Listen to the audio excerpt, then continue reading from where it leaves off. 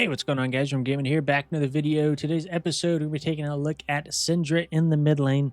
So this is going to be for people who are just like brand new to League of Legends. Maybe you've played a bit of League of Legends in the past, and you just kind of need a refresher on how this champion works. So going to try to gear this more towards the beginner side. So let's quickly talk about some of Syndra's abilities, and then we'll kind of jump into like max order and whatnot.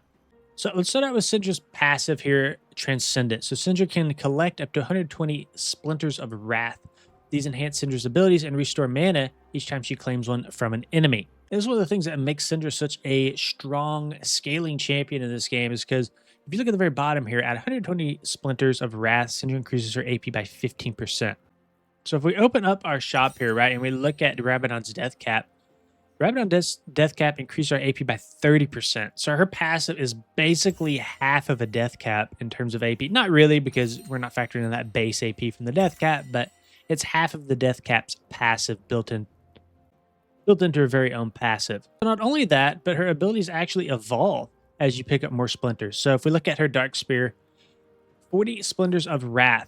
Syndra can now store 2 charges of her Dark Sphere. So we haven't talked about what Dark Sphere even is yet, but just know that your abilities evolve and they get stronger as you pick up more and more Splinters of Wrath. And basically every 20 Splinters, you're going to get some sort of evolvement on one of your abilities. Now, one thing that's interesting is you can see that you get 1 point from damaging an enemy within 2 abilities within 4 seconds. You also get a Splinter for killing large minions. And then you also get 5 Splinters upon spending ability points. So what that means is every time you level up an ability, you're going to be getting 5 Splinters. So it does not start at level 1. It actually starts at level 2. So when I put a point into my W here, you'll see that now I have 5 Splinters of Wrath. So you're going to passively be able to transcend just by leveling up your abilities. But just know that you can kind of expedite that. So let's go ahead and talk about her Q ability, Dark Sphere. So Syndra conjures a Dark Sphere dealing damage. The Dark Sphere remains for 6 seconds and can be manipulated by her other abilities. So we'll talk about what that means here in just a second. Let's go ahead and we'll just throw down a target dummy really quick. And we'll go ahead and throw our Q at the target dummy. And you can see that we now have a sphere that is on the dummy. And the second part of this description talks about how we can manipulate that. So one of the ways that we can manipulate that is through her W. So if I press W on her sphere, now you can see that we're controlling the sphere, and you can recast your W again and you can throw it. So let's go back to her Q again. So at 40 Splinters of Wrath, Syndra can store 2 charges of her Dark Sphere. So basically it means that you can cast a spell twice before incurring its cooldown. Let's go ahead and go into her W now, Force of Will. So Syndra can grab a Dark Sphere, but she can also grab an enemy minion or non-epic monster. So we already took a look at what that looks like with her Q. Just to show you here, we can also grab a raptor, right? And we can throw that at our enemy laner as well. So this actually has a slow effect behind it as well. And at 60 Splinters of Wrath, this ability will deal an additional 12.2% true damage. So even more scaling that we'll get. Okay, we'll go ahead and level up again, and we'll put a point into her E ability. So Scatter the Weak. Syndra projects a wave of force, knocking back enemies and Dark Spheres and dealing damage. So think of this as just simply a knockback effect, but you can also knock your own spheres, right? So I can E that, and that orb will go flying and deal damage. Now, what's more important than the damage that sphere does is it can also stun. So Dark Spheres that are push stun enemies for 1.25 seconds and they deal damage. So basically what you can do is you can place a Dark Sphere here, and I can E it into the minion, and it has been stunned. Now, it's a very short stun effect, but that stun effect is most of the time enough to be able to get off your full combo or to engage for your team. So it's very important that you get familiar with that QE combo, because it's a very, very long range stun. You can see it's nearly half the lane that I just did that. And this is going to be, again, her peel, her engage. This is how Syndra sets up her damage window. So just to recap, we got a Q, we got little spheres that we can throw around, we can manipulate them with our W, and we can throw them even further if we want. And then we have our E ability, which allows us to knock our orbs into players and get a stun effect. Now, at 80 Splinters of Wrath, this ability's width is actually increased, and we'll take a look at that here in a bit. And this slows enemy by 70%. And the stun duration stays the same at 1.25 seconds. So we get an additional slow effect out of this as well when this is fully upgraded. Let's take a quick look at our ultimate now, Unleashed Power. So the passive Dark Sphere gains an additional 10 ability haste for each rank of unleashed power. So your Dark Sphere actually gets stronger, your Q gets stronger and stronger each time you level up your ultimate. So even more scaling. Then just to read this out, Syndra draws on her full cataclysmic power, launching the 3 dark spheres orbiting her. So you see that we do have 3 spheres orbiting us. That comes into play with your ult. Plus up to 4 more nearby at an enemy champion. So for a total of 7 max for max damage. Each sphere does basically a base amount of magic damage, and we can see the 100 Splinters of Wrath. This ability executes enemies below 15% health. So Syndra's one of those champions that might feel kind of clunky like early to mid game, but she really does scale into a massive AP powerhouse late game. So just show what that looks like is we can place down an orb here. Actually, first let's level up. Okay, so now we have a point in each ability, and we can see that as we throw down our Q, our ultimate number has increased to 4. That will max at 7. And we can press ultimate on our target, and it threw 4 orbs at that target, each dealing a set amount of damage. Now let's take a look at some basic combos with Syndra. So her most simple combo is, let's just pretend that this orb here is a minion. And we can go ahead and pick that up with our W. And your most simple combo is going to be Q, E, W. And if you're running Electrocute, that will proc Electrocute. So we take a look at that just one more time here. We throw an orb down. Let's just pretend that this is a minion in lane. We can W to pick it up. And then we can just simply Q, E, W, and then auto attack. That's going to be your most basic trade in lane. Now we'll talk about some more combos here. Let's just quickly talk about max order. Your max order is going to be Q at level 1, E at level 2, W at level 3, and then from there is going to be Q, E, then W last. So Q, we'll level up. So Q, E, ultimate when available, W last. And you can see that we're kind of in this ascended form now because now we have 90 stacks of Transcendent due to all the splinters that we got from leveling up our abilities. So now that we have more splinters, we can kind of look at a more full combo with Syndra. Okay, now we take a look at a little bit more advanced combo. It's going to be pretty much the exact same thing that we just looked at. It's just going to include our ultimate. So you can pick up a minion here with your W, and then you can just simply QEW, ult.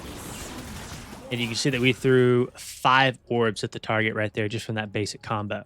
Right, 1 from the minion that we picked up, 1 from the extra Q that we put down, stun into a 5 orb. That's like your basic ult combo right there. So again, pick up a minion, QEW, ult.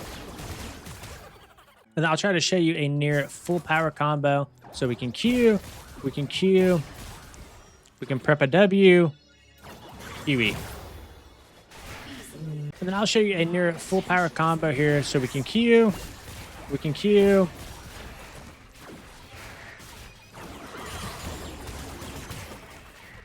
and that was a 6 orb ultimate with a Wraith on top. So that one's a little bit difficult to pull off. You have to really be on top of your Qs. But that right there is a near maximum power ult. Okay, let's quickly talk about some itemization on Syndra. So for your summoner spells, you'll be running Flash Teleport. Your starter items will be Doran's Ring Health Potion. And then going into runes, so you'll be taking First Strike. So this is going to take some of the damage that you do and turn it into gold. So Syndra's a scaling champion, and we want to get as much gold as we possibly can to funnel more ability power right into her abilities. The quicker we can get to late game, mid game, the stronger that we're going to be. So you'll be taking First Strike, Magical Footwear, right? This is going to give us a small gold advantage as well. We're going to be taking Biscuit Delivery for some sustain in lane, and then Cosmic Insight for more spell haste. So it allows us to use our spells more often. We'll be taking Mana Flow Ban for mana sustain in lane, and then we'll be taking Transcendence. Again, more CDR, more often we can cast our abilities. We'll be taking a attack speed, adaptive force, and health scaling. Moving into some of our core items, we'll be taking Blackfire Torch. This is pretty good because this is pretty easy for us to stack with our AoE abilities, like our spheres, right? Like our wide range E. And we can get this stacked pretty high. And then that percentage of ability power also scales with our passive as well. And it also scales with the death cap that we're going to be buying. So this just synergizes with your kit very well. Highly recommend to pick up Blackfire Torch. You get the ability haste from it as well. Our boots, we're going to be running Sorcerer's Shoes, very standard. We want the magic pin from them. And then Cosmic Drive. Now, Cosmic Drive is pretty nice because this allows you to kind of close the gap a little bit better to get your engage off. And you kind of have a setup window as well where you're throwing orbs out, right? And you're hitting people with your spheres. And each time you hit somebody with that sphere, you get a bunch of move speed. So it allows you to kind of dance, kind of similar to the passive name here, spell dance, kind of dance back and forth, hit people with orbs, and just dodge abilities. So it has some defensive value behind it. We also have the death cap that we already talked about. We want all that AP scaling. We have void staff with the magic pin, which is going to scale pretty nicely with our source shoes. So you want that against tankier comps. If you're not against tanks, you might not need magic pin. It really just depends on what they're itemizing. You could also go into something like a shadow flame as well for that critical strike and for that execute, right? Our ultimate executes below 50% health, so scales pretty well shadow flame. And then finally Zanya's hourglass, another defensive option here to allow you to go immune. Okay, let's talk about a little bit of laning. So you're going to focus on wave control as Syndra. It's very, very important. So early game, you're really just throwing out your Q. You're just trying to poke, and you're just trying to really last hit. And you make sure that you're not overextending in the lane. You do not want to be sitting, you know, like here in lane, for example. You really want to be, if you can, kind of in the lower third quadrant of your lane, your quadrant of the lane. Anything past this rock here, I would consider to be overextended, and you want to try to be behind this line as much as you possibly can. Now, if you do have to push up, I highly, highly recommend to ward this brush here, or maybe even better, go ahead and ward right here so that you can get some vision. Apologies, that was a terrible ward. Right here, so that you can get vision on both the jungler entering on this side or from this lane. And you want to play towards your warded brush side, right? So if the enemy jungler comes from the top side, you can always run down this way and you know you're safe. If the enemy jungler ends up coming from this side, well, you'll be able to see him, right? And you can just run safely back to turret. Now, another thing that you can do is you can zone your opponent from his own minions with your orbs. So if there are orbs here in lane, let's just say that this is a minion that he wants to get. I can place an orb right there next to it. And if that's a melee champion that wants to walk up for that, he's going to eat an E to take that, to CS that minion. You can also use that for range, right? We saw how far that knocked back this target dummy. If a ranged champion walks up, I can still E into them. So you can kind of use your Q to zone them and then use your E to capitalize on them if they walk up. Now, to make your Q a little bit more reliable to hit, let's just use this example again. Let's say that this is the enemy that we want to hit with them with our Q. Well, you can actually W a minion first, or you can W one of your own spheres and get that slow effect, and that's going to increase the chance that you can land your next Q. Right, so to poke, most of the time you want to throw your W down first to get that slow effect. That's going to increase the chances that your Q hits, and you want to make sure that you're hitting all your abilities, because again, we are taking first strike, so the more damage that you deal with your trades, the more gold that you're actually going to get. So it's okay to trade and not get kills because you're still getting money from it through first strike. You just really have to make sure that you're playing around your mana. Now, speaking of mana, we are running mana flow ban. So I guess this is not proc on dummies, but each time we hit an enemy champion with our Q, you're going to get a cooldown similar to first strike in a normal game. And basically, whenever that cooldown is up and first strike's cooldown is up, that's when you want to look to trade. You only want to be spending mana if you're getting something back from it. And you're wanting to spend mana for charges of mana flow band and gold from first strike. Outside of that, do not be looking to trade too much because you're just going to burn through your mana, especially if it's like some sort of sustained champion like a Vlad, right? You're going to always be getting something in return for those trades. Now, let's say you get through lane and you do back. Your very first item, you want to build something that goes into Lost Chapter. So we talked about Blackfire Torch. We talked about Luden's. I guess we didn't talk about Luden's Companion, but this is another one. You can go Luden's Companion if you do think that it's a very squishy team composition. But really, you want to build into Lost Chapter your first back due to the Enlightened passive. Leveling up restores 20% max mana over 3 seconds. So on your very first back in lane, make sure you are picking up a Lost Chapter. Try to save up for 1,200 gold on your first back. If you can't, that's one of the big reasons that we run Teleport, is because you could back at 800 gold, go back to lane, save up to 1,200 for your second back.